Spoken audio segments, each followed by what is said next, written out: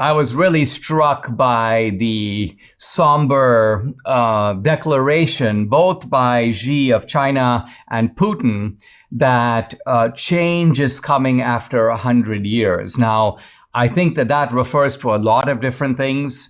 The rebalancing of power, China's accumulation of military strength, its ability to exercise power in the South China Sea.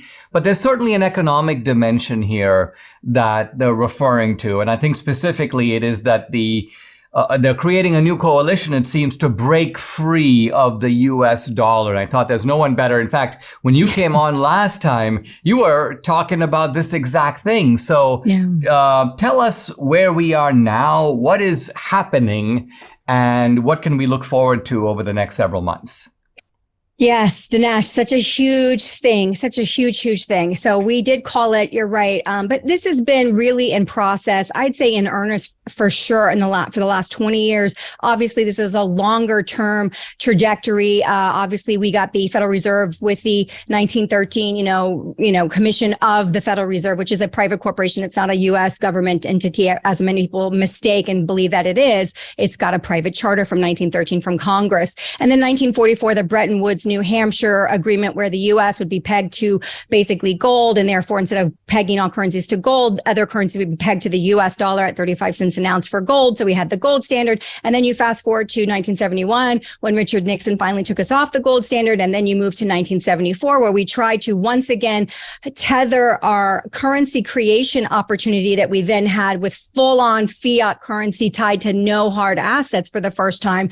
We tried to make a tie to black oil, crude oil, so black gold, if you will, so that we still had this ability to not untether completely and go crazy. And over time, that is greatly diminished. And so what you have seen is China is probably the most strategic thinking country in the history of time. They literally have mathematicians, economists, scientists, war games, war strategists. They have all of these people together, multidisciplinary strategies, multi-year, long-term, 50-year plans. And so between their Shanghai Development Corporation, their Belt and Road Project, which is an infrastructure project which crosses multiple countries, really starts to bring in, and then you look at BRICS, which is the ultimate alignment, Brazil, Russia, India, China, South Africa, which has picked up so much of the world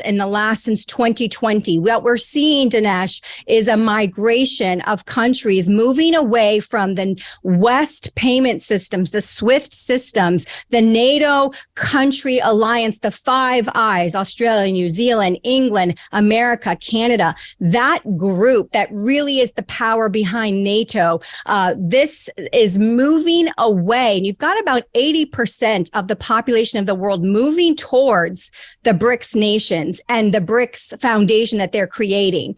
And so we are at the point now where America, unfortunately, we were a little bit too egotistical. We were a little bit too big for our britches. We believed too much in the Keynesian economic theory of modern monetary theory. And we went with that in 2008, 2009 to get us through that crisis. But then we heavily relied on our ability to create wealth and create money in 2020. And so did the rest of the world. And so basically what has happened is this global pandemic and global economic shutdown has really brought about the economic conditions that have made America the weakest economically we have ever been, is what my professional opinion is. And it is making these BRICS nations have all of the cards in their hands. We do not hold the cards in America right now. We just don't. We are the weakest. And what you're seeing now and what the analysis is telling us now is that we are on the precipice of a global sovereign debt crisis.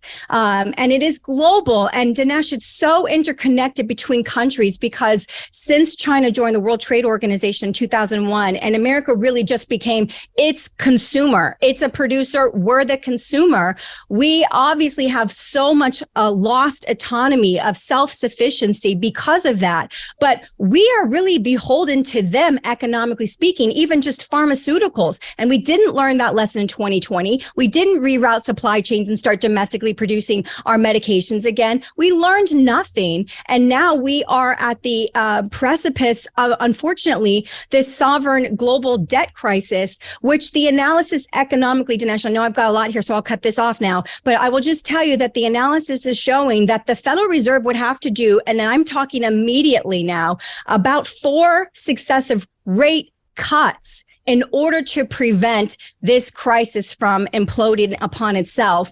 And that's just not going to happen, because even Powell, with his comments last week at the FOMC meeting, was very hawkish. And the reason he's very hawkish is because if he acts anything other than hawkish, the market is going to say, what does he know that he's not sharing? And you could see that collapse the dollar. So if the Fed pivots and starts to cut, you're looking at potentially hyperinflation and the dollar being dumped. We have African leaders already telling their citizens to go ahead and dump the dollar. We have the Trilateral Commission, which is a globalist organization, as you know, saying that 2023 is the very first year of the New World Order, as a lot of these countries are moving to central bank digital currencies.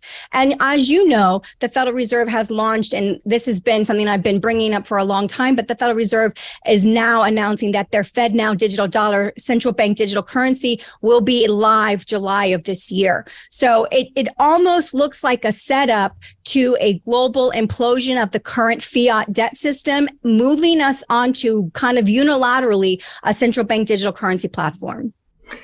Do you think in the wake of all this, Rebecca, that it's first of all, it seems to me sound advice for people to call you, but isn't it also good advice for people to say, let's be really careful about many of us over many, many years would just habitually put money into the market. The idea is that long term, the market's going to be fine. There's going to be some ups and downs. But I think what you're saying is that there are some fundamental structural changes taking place.